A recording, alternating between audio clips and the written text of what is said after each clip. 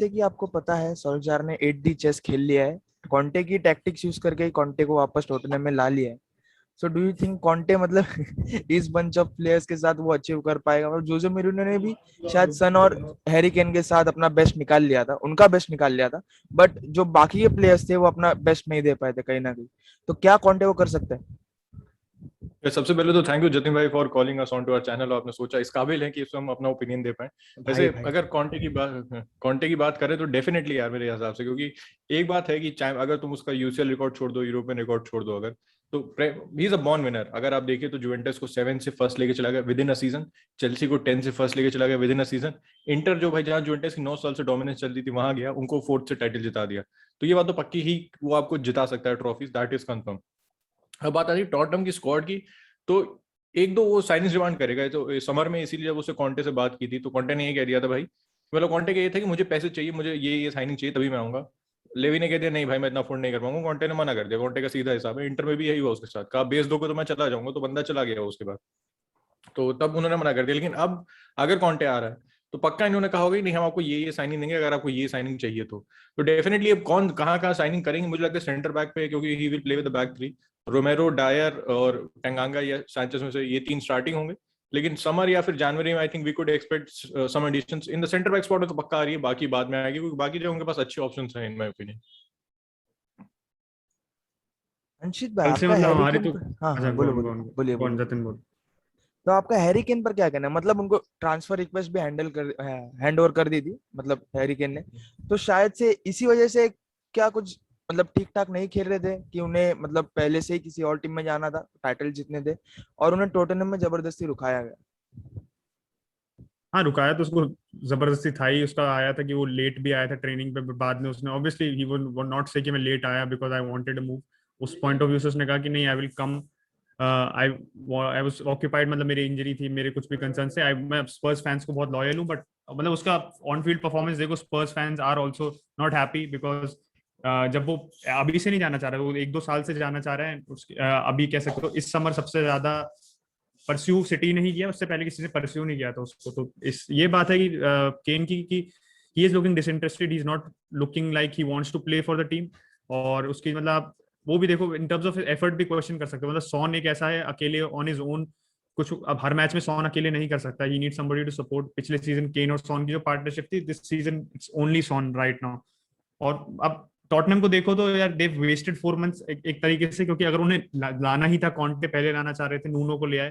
तो जो Nuno stop gap 4 महीने के, I think if Conte came in from the beginning तो हो सकता था कि Kane would have been playing at a higher level. क्योंकि कॉन्टे का ऑब्वियसली एक तो नूनो कह सकते थोड़ा लीनियंट है कॉन्टे से, Conte is way more strict. अगर केन कॉन्टे के अंदर ऐसा खेलता तो he could have been out of the side probably. क्या पता वो नई कोई स्ट्राइकर भी खरीद लेता कॉन्टे। तो ये बात है कि विद कॉन्टे कमिंग ये भी हो सकता है कि केन रुक जाए स्पर्स में, एंड बिकॉज इस चीज यार एक प्रूवन मैनेजर है जो टाइटल्स जिताने का उसका ट्रैक रिकॉर्ड रहा है। एंड कह सकते हो जैसे इंटर में जिस पोजीशन में आया था वो, he had to sign Lukaku, he has already getting a world class striker coming into Tottenham. So ये बात है कि कुछ कुछ एरियाज में डेफिनेटली इंप्रूवमेंट चाहिए। ये नहीं कह सकती स्पर्स के साथ बिल्कुल ही you know ready to win the title या ready to win the champions instantly. थोड़े बहुत साइनिंग्स वो करेगा, but I think comparison to Inter में जिस पोजीशन में वो आया था, इंटर में Spurs is in a slightly better position from the attacking point of view. I sorry for going off topic. हम थोड़ी पीएसजी की बात कर ले, मतलब जहां पर कुछ अलग ही सेंस में बातें चल रही है कि सर्जियो रेमस को सर्जियो रेमस का कॉन्ट्रैक्ट टर्मिनेट करने की बातें चल रही है। तो इसमें आपको कितना सेंस लगता है और क्या वजह लगती है कि सर्जियो रेमस का कॉन्ट्रैक्ट टर्मिनेट करने की बात चल रही है? क्योंकि आपने उसे साइन किया है, मतलब on a free transfer obviously, but for 2 years you know he is a great leader, great defender, and फिर भी आप उसे कॉन्ट्रैक्ट टर्मिनेट करना चाह रहे हो?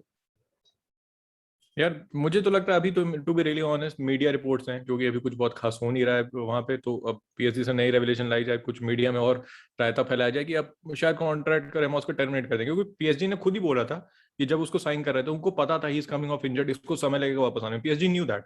तो 4 मंथ्स इन, मतलब अब ये नहीं होने वाला कि उसको मतलब अगर सैक कर भी देंगे तो ऐसा थोड़ी पूरा पे आउट देना पड़ेगा रेमोस का। जितनी उसकी सैलरी होगी आपको पूरी देनी पड़ेगी, ऐसा नहीं कि जाओ भैया तुम निकलो हो गया, तुम्हारा कॉन्ट्रैक्ट है तो आपको पूरा पे आउट देना पड़ेगा। तो पैसे तो उनके उतने ही लग रहे हैं ना, तो does not make any sense keep Ramos keep paying the salary. And ऐसा तो बंदा है नहीं, मतलब पीएसजी में से बाकी प्लेयर हैं कि भाई बहुत पार्टी लवर है या फिर जाके वो नाइट आउट मारेगा, दारू पिएगा। Ramos is not that type, he is मतलब प्रॉपर फुटबॉलर, नेचुरल लीडर है भाई वो। तो वो ना ये करता है ना वो ड्रेसिंग रूम में करने देगा। तो मेरे ख्याल से खाली media report not gonna happen. अगर मतलब 99% चांस है कि नहीं होगा मेरे हिसाब से, to be really honest. Ramos is gonna stay at PSG, और जब फिट हो जाएगा वो फिर से पार खेलेगा भाई। Getting on to Bayern and Benfica, मतलब यहाँ पर बायर्न ने बेंफिका को पहले हरा दिया, और बारसा का ऐसा है कि अगर अगर क्वालिफाई करना है राउंड ऑफ 16 में तो बायर्न को हराना ही पड़ेगा। तो बारसा ऐसी स्थिति में आ गई है कि हमें दूसरी टीम पर रिलाय करना पड़ रहा है कि they need to like win against a particular team so that we can qualify for the round of 16।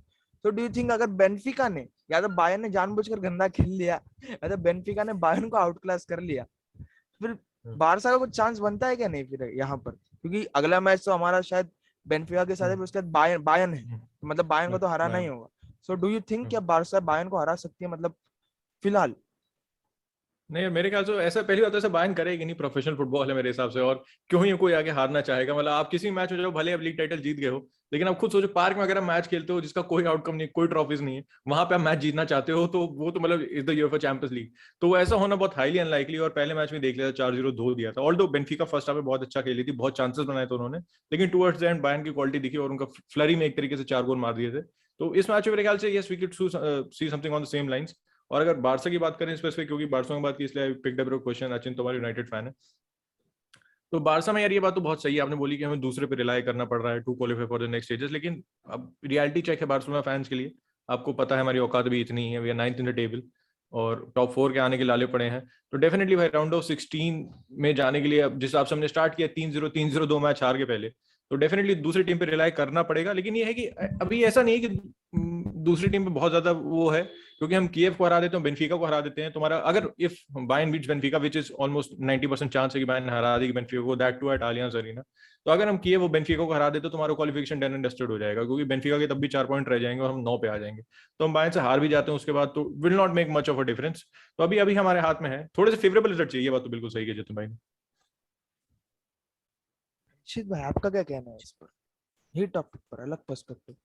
हाँ, मैं अगर इस पे देखूं तो 9 पॉइंट्स एज उत्कर्ष ने कहा, 9 points are more often than not. I think 9 out of 10 times in the Champions League is enough to progress to the round of 16। मतलब आप सेकंड तो फिनिश कर ही जाओगे 9 पॉइंट्स में। प्लस वो बात है कि बेंफिका का अगर रिजल्ट आ जाता है बायर्न के खिलाफ, तो ये वाला जो आपने बात की थी ना कि दूसरों पर रिलाई करना पड़ेगा, तो डेफिनेटली होगा ऐसा। क्योंकि अगर Benfica they get even a draw against Bayern, तो फिर बार्सिलोना का ये आ जाएगा। And even for Bayern as well, Bayern won't take the last match जो बार्सिलोना के खिलाफ इतना इजी नहीं लेगी वो। फिर उनका भी होगा कि यार कंपेटिटिव स्टैंड पॉइंट है, दे वांट टू अपनी अथॉरिटी एस्टैब्लिश करने की, भाई हम we are the best team in our group, first finish करना है। तो ये बात है कि बस I think if they beat Kyiv, and पिछले मैच में ये था कि Barcelona didn't create enough chances, और जो चांसेस क्रिएट किए थे उसमें मतलब क्लिनिकल एज लैकिंग थी। इस मैच में they are more clinical, they can beat Dynamo Kyiv, क्योंकि कीव ने अटैकिंग पॉइंट ऑफ व्यू से इतना ट्रबल नहीं किया था बार्सिलोना को। दे वर मतलब trying to just play as a low block and ensure कि 1 पॉइंट तो मिल जाए मैच से। उनका 3 पॉइंट वाला ऑब्जेक्टिव था नहीं। तो I think if they go in with the same objective, Camp Nou पे भी है, ये नहीं कह सकते अभी कैंप नो फोर्ट्रेस बन रखी है बार्सिलोना के लिए, but still even at Camp Nou I think I would still back Barcelona to get a result. Benfica का मैच थोड़ा सा ट्रिकी हो सकता है बार्सिलोना के लिए, I would agree with that, because first match में बार्सिलोना शुरू अच्छा किया था, लुक डियोंग ने काफी। मैच कैंप नो पे नहीं है, मैच वो कीव में है, कैंप नो पे हो चुका है। अच्छा कीव में हो चुका, सॉरी कीव में मैच है। तो कीव आप कह सकते हो जैसे रशिया और यूक्रेन वाले थोड़े हॉस्टाइल ट्रैवल्स रहते हैं, वहां पे कितना फर्क पड़ता है बार्सिलोना को, ये बात है। प्लस अनफॉर्चुनेटली अभी अग्वेरो भी 3 महीने के लिए बाहर हो गया, जस्ट न्यूज आज ही आई थी, तो he is not going to be available. Luuk de Jong भाई है हमारे, तो ही इज इनएविटेबल, एक तरीके से थैनोस बन रखे हैं Luuk de Jong. He is going to be playing as a striker probably, या ब्रैथवेट भी अभी ब्रैथवेट बाहर है शायद, अवेलेबल है, इंजर्ड है ब्रैथवेट भी इंजर्ड, तो लुक डियोंग ही अवेलेबल है। Let's see what happens, hopefully they are able to utilize Luuk de Jong in some way, क्योंकि अभी तक नहीं हो पाया utilize. If Barcelona are able to do that तो हरा देगी कीव को, I don't think that's a major problem. Benfica का match I think is the most crucial, कि बायर्न वाला मैच भी आप कह सकते हो कि the way Bayern are playing they are the favourites, but Benfica वाले मैच में if Barcelona have some form going to the fixture, they can get a good result from Benfica. भाई वो आपने एग्वेरो की जो बात की वही बात पर आते हुए, मतलब एग्वेरो भी मतलब उसका 3 महीने के लिए आउट है फिलहाल। हमारे पास पीके भी नहीं है, जो मतलब एक था पिलर डिफेंस में। अब वो कभी भी मिस्टेक्स करता तो अलग है, मतलब एक पिलर था, फिर भी अराओ इंजर्ड है। और मुझे लगता है इस मैच में सर्जी बावन एक लॉन्गलेट को खिला लेगा, जिसके पास गेम टाइम अभी तक प्रॉपर मिला नहीं है इस सीजन। मतलब ही वाज मतलब वो अच्छे फॉर्म में रहता है तो he is like world class defender, जैसे कि हमने देखा भी है 18-19 सीजन में था, आया था, उसने अपने इम्पैक्ट दिखाया भी था, बट उसके बाद से उसका कुछ फॉर्म प्रॉपर अच्छा नहीं गया है। तो हम क्या उस पर रिलाई कर सकते हैं जबकि उसके पास गेम टाइम मिला नहीं है फिलहाल? यार और कोई ऑप्शन भी नहीं थी जिसमें, अगर देखो पीके इंजर्ड और इंजर्ड आपने खाई, मिंगेजा राइट बैक पे खेलेगा तो बचा कौन? लॉन्गले बचा, उमटीटी बचा, एरिक गार्सिया बचा। तो एरिक गार्सिया एक बंदा तो स्टार्ट करेगा, दैट इज कंफर्म। और उमटीटी लॉन्गले में से, फिर उमटीटी ने तो एकदम ही नहीं खेला, लॉन्गले ने मान लो 10% खेला तो उमटीटी स्टिल एट अ 0। तो I think लॉन्गले makes the most sense. Option नहीं है तो कुछ हम वही है कि जितनी चादर उतने पैर फैलाएंगे। वाली स्थिति बार्सिलोना की अभी। तो आई थिंक लॉन्गले एंड हमारे एरिक गार्सिया होंगे। और कीव के खिलाफ पिछला मैच लॉन्गले ठीक था, मैं कहूंगा कीव ने बहुत परेशान नहीं किया था, लेकिन he was good with the ball, tackles में सॉलिड था, पोजीशनिंग सही थी। तो इस मैच में, पिछले मैच में जब सेम ऑपोजिशन के खिलाफ खेला तो आज भी कॉन्फिडेंस भी ठीक होगा going into this match and keeping a clean sheet. I think Lenglet is the only option and the right option as well. So भाई ये मिंगवेजा को मतलब राइट बैक पर खिला रहे, but we have right wingers, ऐसा नहीं है कि हमारे पास right winger, not taking away the credit from him and Dest as well, मतलब बहुत अच्छा खेल रहे हैं। बट जब आपके पास डेमिर जैसा प्लेयर है जो नेचुरल राइट विंगर है, आप डेस्ट को क्यों यूज कर रहे हो? मतलब रोनाल्ड कोमन चले गया, उसकी फिलोसफी थी कि डेस्ट को आगे खिला रहा था, but he was doing well. पर अब जब चले गया Ronald Koeman, doesn't make sense मतलब कि आप मिंगवेजा को वापस अपने नेचुरल पोजीशन पर खिला लो, मतलब गेम टाइम भी मिल रहा है उसे, तो आप उसे सेंटर बैक पर खिला लो और डेस्ट को राइट बैक पर लेके डेमिर को अपना गेम टाइम दे दो थोड़ा सा। यार जैसे एक जो डेमिर के साथ दिक्कत आती है, बार्सिलोना पे बोल लो तो मैं रेपिटेटिव आंसर दे रहा हूँ, लेकिन अचिंत उतना बार्सिलोना के मैचेस देखता नहीं, obviously is not a Barcelona fan. तो डेमिर के साथ दिक्कत ये आती है ना मेनली कि डेमिर इज अ नंबर 10, और डेस्ट के राइट विंग पे खेलने से क्या होता है, डेस्ट जैसे बहुत ही अटैकिंग फुल बैक है, तो मैं नहीं कह रहा बहुत बढ़िया विंगर है वो, लेकिन विंगर पे काम करता है, क्योंकि हमें सबसे ज्यादा जरूरत होती है विद की। हमारी टीम में देखो तो कहीं भी विद नहीं है। अगर ऑप्शन क्या है हमारे पास विंग पे, आप coutinho को मान लो विंग पे डाल सकते हो या डेमिर को विंग पे डाल सकते हो, दोनों सॉर्ट ऑफ नंबर 10 मोल्ड में है, they are not proper wingers. And Demir will always look to cut in. He will never look to go out wide and put in crosses. तो ये दिक्कत आ जाती है डेमिर के साथ राइट विंग खिलाने पे। Plus Demir is too young, मेरे ख्याल से इतना प्रेशर मत डालो उस पर अभी, जितने उसको मैचेस मिल रहे हैं धीरे धीरे उसको ट्रांजिशन करो टीम में, एंड जब राइट मौका आता है तब उसको खिलाओ। लगातार तुम डेमिर को खिलाओगे तो थोड़ा सा मतलब बर्नआउट होने के चांसेस होते हैं, प्लेयर की इंजरी होने के चांसेस होते हैं, still very young. Left hand side पे फाटी है, डेम्बेले वापस आ जाता है तो मैं कहूंगा डेफिनेटली डेस्ट को वापस राइट बैक पे डाल दो। डेम्बेले ट्रेनिंग में आ चुका है वापस, फाटी भी ट्रेनिंग में है, फ्रेंकी डियोंग भी ट्रेनिंग में था। डेम्बेले स्टार्ट तो नहीं करेगा, लेकिन I expect him to get on from the bench. तो डेस्ट के साथ ये जैसे हमने जो वेलेंसिया को 3-1 हराया था जो मैच, उसमें उसने दिखाया था what he can do from the right wing. उसने एक टेनासिटी दिखाई थी जो उसने coutinho ने तीसरा गोल मारा, टेनासिटी दिखाई थी, उसने टैकल अच्छा मारता है and he put in across and coutinho scored an easy goal. तो वही बात है, डेस्ट के रहने से विद मिलती है, उसकी क्रॉसिंग अच्छी है। तो वही है बेसिकली हमारी टीम में सबसे ज्यादा लैगिंग है वो विद है, और डेस्ट को राइट विंग खिलाने से विद मिल जाती है, तो भी मेक शिफ्ट बेसिस पे डेस्ट को राइट विंग खिला रहे हैं यार हम लोग। भाई then coming on to Atalanta and Manchester United, भाई इसका गया फिक्सचर बहुत ही मतलब एंटरटेनिंग था, और ऊपर से मैनचेस्टर यूनाइटेड के लिए बहुत स्कैरी भी हो सकता था until Ronaldo came up, right? क्योंकि अटलांटा अपनी स्पेसेस एक्सप्लोर कर रही थी, ऐसा नहीं था कि अटलांटा बहुत परफेक्ट ही खेल रही थी, यूनाइटेड को भी बहुत स्पेसेस दे रही थी, जिससे हम देख भी रहे थे, मतलब बॉल लाइंस कट इन कर रहे थे, क्रॉसेस भी आ रहे थे, क्रॉसेस अलग बात है, और रोनाल्डो हवा में अलग ही खेलता है। सो डू यू थिंक क्या इस बार यूनाइटेड अटलांटा को ओवरपावर कर पाएगी? क्योंकि गए मैच से इसे दिखा नहीं है, क्योंकि गए मैच में अगर यूनाइटेड ने हराया वो टॉटनहम को हराया, दे वर नॉट प्रॉपर, राइट? सो मतलब नूनो के अंदर इतने अच्छा नहीं खेल रहे थे। So what do you think? मतलब टॉटनहम वाला मैच सही सही बोला। आई डोंट थिंक उस मैच से लेके आप कह सकते हो कि United are back in form, क्योंकि जिस हिसाब से बहुत डिसऑर्गेनाइज, मतलब टॉटनहम को देखो उस मैच में, they were completely lacking any sort of fight पूरे मैच में। आई थिंक जो एक आध चांसेस छोड़ दो, एक जो सॉन वाली चांसेस जिसमें Wan Bissaka made the tackle but Son was offside, एंड एक आध चांसेस और छोड़ दो जिसमें एक सॉन का वो चांस था जो जस्ट गोल के आगे था, but he kicked it over near post पे था, डेहा के ऊपर मार दी थी उसने। तो दो ही चांस थी ऑफ नोट जिसमें कह सकते हो हाँ यार they could have done better. But पूरे मैच में आई थिंक यूनाइटेड वो फर्स्ट हाफ तो स्क्रैपी था पूरा। फर्स्ट हाफ में कुछ ऐसा नहीं था कि दो यूनाइटेड वर इन सुपीरियर टीम थी, बट सेकंड हाफ में क्वालिटी दिख गई, क्योंकि टॉटनहम ने कुछ चेंज नहीं किया सेकंड हाफ में, the tactics remain the same, but United ने गोल आया, obviously they got the confidence from that, and then they were easily able to press Spurs as well. Spurs was trying to play out from the back repeatedly, United ने press करके उनको कर दिया, and that is you can say works out for United in that way. Atlanta वाले match में भी पहला match देखो तो यार defensively all over the place, मतलब कितने खराब गोल खाए थे जो हमने दोनों खाए थे, बट अटलांटा का पता ही है, हम ये अभी डिस्कस्ड हमारे लाइव स्ट्रीम में भी, कि अटलांटा प्ले वन स्टाइल, मतलब चाहे वो 2-0 जीत रहे, 3-0 जीत रहे, 4-0 जीत रहे, their motive is to get as many goals as they can, they will attack till the final whistle. तो वही this match I think they have to be cautious, क्योंकि उनको अगर इंश्योर करना है क्वालिफिकेशन, क्योंकि they lose this match as well, तो they are also a team which हमने जो इनिशियल प्रेडिक्शंस करे थे, I fancied them to finish second above Villarreal, तो उनके लिए भी I think getting a positive result is important. So without Gosens, without Hateboer, it is going to be difficult for them. Pessina भी नहीं है, तो काफी आप कह सकते हो क्रूशल प्लेयर्स, फर्स्ट टीमर्स इनके बाहर हैं। With United I think Tottenham result पे मैं नहीं जाऊंगा, आई वोंट से कि टॉटनहम के बाद अब सीधे United are going to go on a run. Atalanta वाला match will be little difficult, क्योंकि अटलांटा प्रेस करती है, टॉटनहम प्रेस नहीं कर रही थी इतना। Atalanta will press us, they have the players, they have a very good tactically manager उनका बहुत sound है, he knows how he wants to set up उस philosophy पे गैस्परिनी को। तो I would expect United to win this match, going by कि हमारे पास अब वैरान वापस आ गया है, we have most of our players fit, I think barring Cavani everybody else जो started टॉटनहम में स्टार्ट किया था सब खेलेंगे। पोग्बा भी खेल सकता है क्योंकि Pogba was suspended in the Premier League। I would fancy United, I think हमने कल, मैंने दोनों, उत्कर्ष और मैंने दोनों 3-1 प्रेडिक्शन किया था अपनी स्ट्रीम में, तो I would fancy them to finish win this match and probably एक तरीके से कहीं ना कहीं अपनी इंश्योर कर लेंगे क्वालिफिकेशन।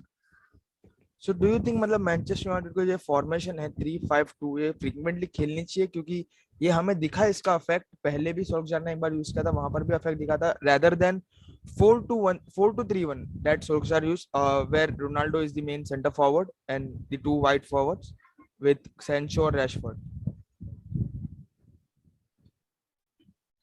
यार मेरे को 3-5-2 पर्सनली अच्छी नहीं लगती, मैंने कॉन्टे में भी वेरी होके कहा था, क्योंकि if Conte came to United, if had he not gone to Spurs, तो 3-5-2 में प्रॉब्लम ये है कि रैशफोर्ड, सैंचो, मार्शियल, ग्रीनवुड, ये सब कहाँ फिट होंगे आपके प्लेयर्स, ये नहीं पता आपको। वैन डे बीक के तो मैं क्या ही बोलूं, वैन डे बीक किसी फॉर्मेशन में फिट नहीं हो रहा, उसको लेना ही नहीं है वैन डे बीक को, तो क्योंकि तो lot of players don't really fit in. आप कैसे को वैन बिसाका ने अच्छा खेला था स्पर्स के खिलाफ, but he is not really a wing back. Dalot is better wing back option मेरे हिसाब से, if you want to go with a wing back system. तो बहुत सारे players will miss out, and फिर वो बात आ जाती है कि भाई ओले का स्टाइल तो 4-2-3-1 है, 2 साल से वो 4-2-3-1 खिला रहा था, तो दिस इज क्लियरली एक तरीके से अपनी जॉब बचाने वाली टैक्टिक है कि भाई 9 गोल खाए हैं 2 मैच में अगेंस्ट लेस्टर एंड लिवरपूल, तो हमने इस मैच में we went with 3 at the back. This is not to sort of से कि नहीं अब हम नया सिस्टम डिप्लॉय करेंगे, अब मैं अपनी डेफिशिएंसीज को एक्सप्लॉइट वो एड्रेस करूंगा। This is just to make sure कि अब डिफेंसिवली शोर अप हो जाए, एंड देन एक दो मतलब if this formation doesn't come unstuck, या हम इस फॉर्मेशन में हारते नहीं, I think this will be the formation for the time being, जो गलत अप्रोच है। फिर अब तीसरे साल में हो as a manager and you still having a short term approach, तो does really show that where we are going, this is not the right track the club is going. And अब कुछ भी कहो यार, लिवरपूल रिजल्ट के बाद ओले को हट जाना चाहिए था, प्रॉब्ली कॉन्टे आ जाता, तो ओले हमारे को कॉन्टे की फील दे रहा है बस, जैसे you mention in the beginning 8D chess जो चला है पूरा, that is what is happening. So I don't agree with this formation. I think जो ओले की मेन फॉर्मेशन है उसमें get in the right place, if you get van de Beek, if you get Matic in, I think 4-2-3-1 भी काम करेगी, but Fred and McTominay के साथ आप कोई भी फॉर्मेशन आपके धीरे धीरे, I don't think it can work because they are not a good pivot. So getting on to the Liverpool and Atletico match, do you think this match would be decided by the midfield? Definitely मैं, क्योंकि अगर Liverpool की midfield देखो तो इतने absentees हैं, मतलब last season वाला जैसे डिफेंस में हुआ था, इस सीजन मिडफील्ड में हो रहे होंगे साथ। किएटा इंजर्ड हो गया फिर से, Milner is also out, Harvey Elliott बहुत पहली बार हो गया था, फेबिनियो भी बाहर है, 4 बंदे तो बाहर हो गए, और थियागो तो आपको दिख ही नहीं रहा है, मतलब थियागो को पता नहीं फॉलो आउट हो गया या क्या हो गया। थियागो पिछले मैच में मैच डे स्क्वाड में नहीं था, मतलब स्टार्ट करना तो छोड़ दो, बेंच पे भी इन्वॉल्व नहीं था बंदा वो, तो हाईली अनलाइकली इस मैच में भी इन्वॉल्व होगा, क्योंकि इतना क्वालिटी ऑफ प्लेयर है। उसने ये मस्ट हैव क्रॉस कुछ लाइन होगी, होंगे कुछ एथिक्स होंगे ड्रेसिंग रूम में, और क्लॉप आपको पता नो नॉनसेंस मैनेजर है, कोई भी वो बदतमीजी नहीं या फिर ये सब नहीं सहता वो। अगर आप इन हो तो इन हो, नहीं तो अगर नहीं हो तो आप सीधे आउट ऑफ द टीम हो, आप फर्क नहीं पड़ता आप कितने बड़े प्लेयर हो। तो थियागो मुझे लगता है साथ में स्टार्ट करेगा, तो उनके पास ऑप्शन क्या बस थे, ऑप्शन एक हेंडरसन है, आपका Curtis Jones and Alex Oxlade Chamberlain, तीनों are very good players in their own right. लेकिन फिर ये बात है फेबिनियो से जो डाउनग्रेड है, जो थियागो से डाउनग्रेड है, वो दैट इज प्रीटी एमिनेंट, और नाबी केटा भी जबरदस्त फॉर्म में चला था, was in terrific goal scoring form, तो वो भी मिस आउट बहुत बड़ा मेजर मिस है लिवरपूल के लिए। अगर एथलेटिको को देखो तो वो भी बहुत कंसिस्टेंटली नहीं खेलने लगातार, अगर आप देखो तो ला लीगा में बिल्कुल भी कंसिस्टेंट नहीं है, लास्ट मैच 3-0 बेटिस को हराया, लेकिन उसके पहले ड्रॉ हुआ था, तो वो वाली बात है। लेकिन एथलेटिको हैव अ मोर, कह सकते हो फर्स्ट टीम स्क्वाड उनका is more present. I think yes, last match में अगर जो 3-2 कह सकते हो, जो सीसो वाला मैच था लिवरपूल वर्सेस एथलेटिको, अगर रेड कार्ड नहीं मिलता तो मुझे लगता है एथलेटिको मैच जीत सकती थी।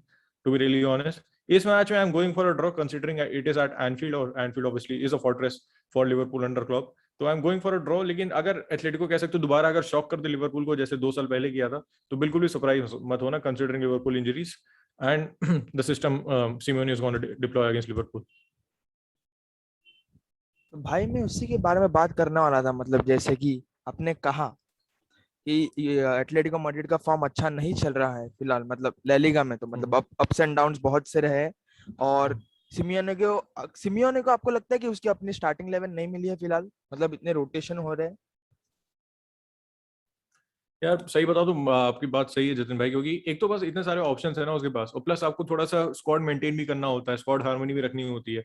और सोरेस अगर गोल मार रहा है तो सोरेस की एज भी देखनी पड़ेगी आपको, हर मैच में नहीं खेल सकता वो वाली बात भी आती है निकल के. प्लस आपके पास आपने इतने सारे स्ट्राइकर्स हो गए आपके पास एंजल कोरिया है जो अच्छे फॉर्म में चल रहा है, करास्को कैसे, तो करास्को तो विंग बैक खेलता है ज्यादातर, सोरेस, कोरिया, उसका जो फिलिक्स है, ग्रीजमैन है, प्लस आपने मार्कस कूना भी साइन किया 35 मिलियन में, तो उसने भी 2 गोल मारे हैं बेंच से आके भाई. तो डेफिनेटली ये है कि हर प्लेयर खेलना चाहेगा, कोई भी प्लेयर इस फॉर्म में नहीं कि वो डिजर्व नहीं करता खेलना, तो थोड़ा सा उसको front line chop and change करना पड़ रहा है, वाली बात तो सही है आपने कहा. और उसकी वजह से कहीं ना कहीं ये नुकसान भी हो रहा है, मतलब एक तो आपको ड्रेसिंग रूम हार्मनी रखने के चक्कर में और सबको कह सकते हो इन्वॉल्व रखने के चक्कर में कहीं ना कहीं ऑन द पिच परफॉर्मेंस थोड़ी सफर कर रही है to be really honest, and इसलिए एथलेटिको इनकंसिस्टेंट नहीं मेरे ख्याल से. अभी थोड़ा आगे बढ़ेगा जब चैंपियंस लीग कह सकते हो थोड़ा रैप अप हो जाएगी, ऑब्वियसली जो जनवरी का पीरियड आएगा उसमें आफ्टर द ब्रेक मेरे ख्याल से थोड़ा और मोर सेटल स्क्वाड देखने को मिलेगा एथलेटिको का.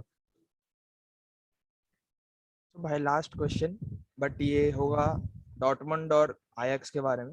अब द टू, मतलब Erik ten Hag is like bossing it in Amsterdam, मतलब पहले ही जा रहा है सबको 5-0 6-0 ऐसे करते ही, और हेलर का अलग ही फॉर्म चल रहा है, मतलब he is the top scorer in champions league right now. तो पहले ही मतलब आयक्स ने इसको डॉर्टमंड को हरा दिए 4-0 के साथ. सो do you think they can come back? Do you think, ऐसे एक हाइपोथेटिकल क्वेश्चन है, do you think they can come back? वो अभी गोल्स का डॉर्टमंड का निकाल ही यार दिया वैसे.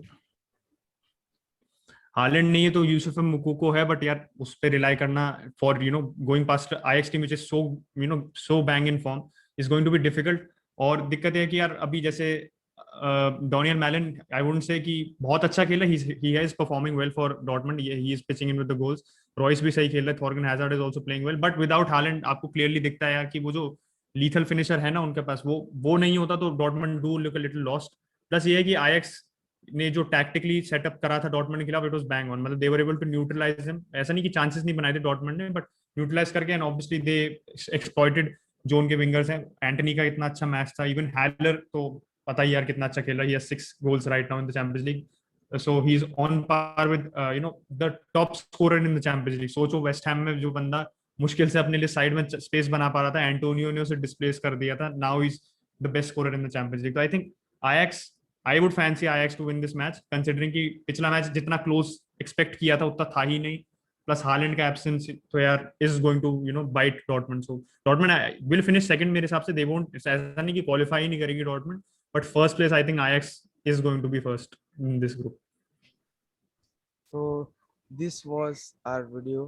Thank you भाई, thank you for accepting my request. आपने रिप्लाई दिया वापस, शुक्रिया भाई आपका. अरे ऐसा कुछ नहीं भाई, आपने हमें सोचा कि हम इसमें कुछ इन्फ्लुएंसर ओपिनियन दे सकते हैं भाई, इतना कोई वो सुपरस्टार नहीं है, हम भी आपकी तरह बना दिया हमारे को तो YouTube बिल्कुल ही. channel हम कोई प्रोफेशनल नहीं है भाई. तो थैंक यू सो मच कि हमें बुलाने के लिए, और आपने सोचा कि हम we are credible enough to give opinions on the Champions League and Tottenham as well. So thank you for calling us, Jitin bhai. Thank you Thank you so so much. we'll end it here. Bye bye.